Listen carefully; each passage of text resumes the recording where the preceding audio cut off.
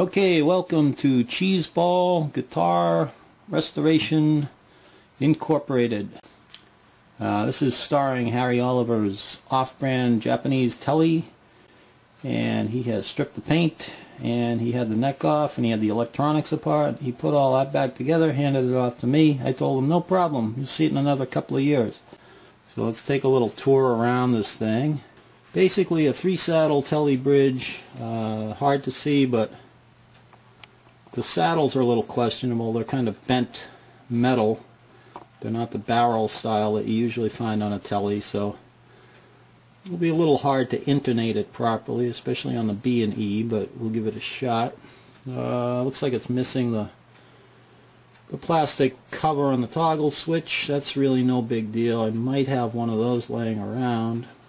Pickups are a little unusual too. There's 2 of the chrome covered Tele style pickups, and there's usually just one on the neck there, and this one's usually uncovered. Up here on the business end, where we keep the guitar in tune theoretically, tuners are the old, well, am I going to be able to do this with one hand? Yeah.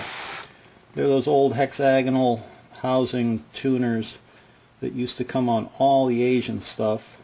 I noticed doing a backlash test on these that I think it was the A. Yeah, the A here, you see all the play in that tuner. And there's some play in the high E also before they engage. So those tuners probably have a lot of backlash to them when you tighten them. They probably go spring and go right back out of tune. So I'll see if I can find that old hexagonal set that I took off the Korean Squier.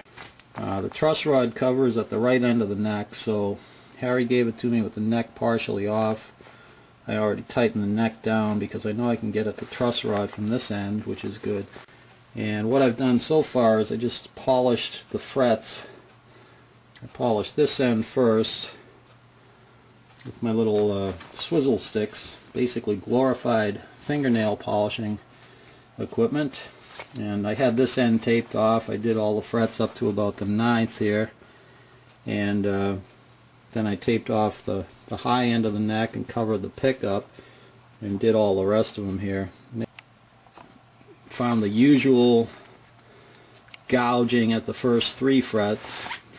That's from playing open chords. The strings eventually wear down into the frets a little bit. Took most of the gouging out, polished everything off, smoothed over the ends of the frets, although I have to say I haven't had the strings on, so I don't know how level the frets are or if there's any buzz, but the frets themselves are installed pretty well. They were crowned reasonably well, and the ends of them didn't really feel sharp to begin with, but I just rounded them off as a matter of habit, I guess, just to make it really smooth on the edges. And that's pretty much all I've done so far, is tighten down the neck and polish down the frets, give the tuners the once over to see what they were like. This is a really non-standard bridge shape. It's got that kind of like a woman's hips kind of shape or something, as opposed to a square Tele type. The other thing is, this is not a string through body bridge. The string holes are actually in this this angled portion of the bridge right here. The bridge comes up like that. The strings install through the holes here, so they don't go over the bridge and then down through a hole like they do on a standard Fender Tele. We'll see what we can do about the saddles, see about getting it as in tune as possible. Yeah, I did determine from my set of radius gauges here that we're looking at about a 9.5 inch radius on the neck. Since I'm not doing any fret leveling, that's really more just a point of interest.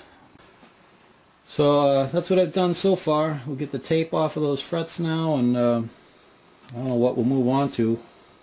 Probably replace the tuners next, and once those are on, I can probably string it up, see how the action is, see how it plays, see whether any of the notes are fretting out. Might have to do a little more work on the frets, check the the nut slots here to make sure they're the right depth. They look, a couple of them look like they might be pinching on the strings, but I won't know until I string it up.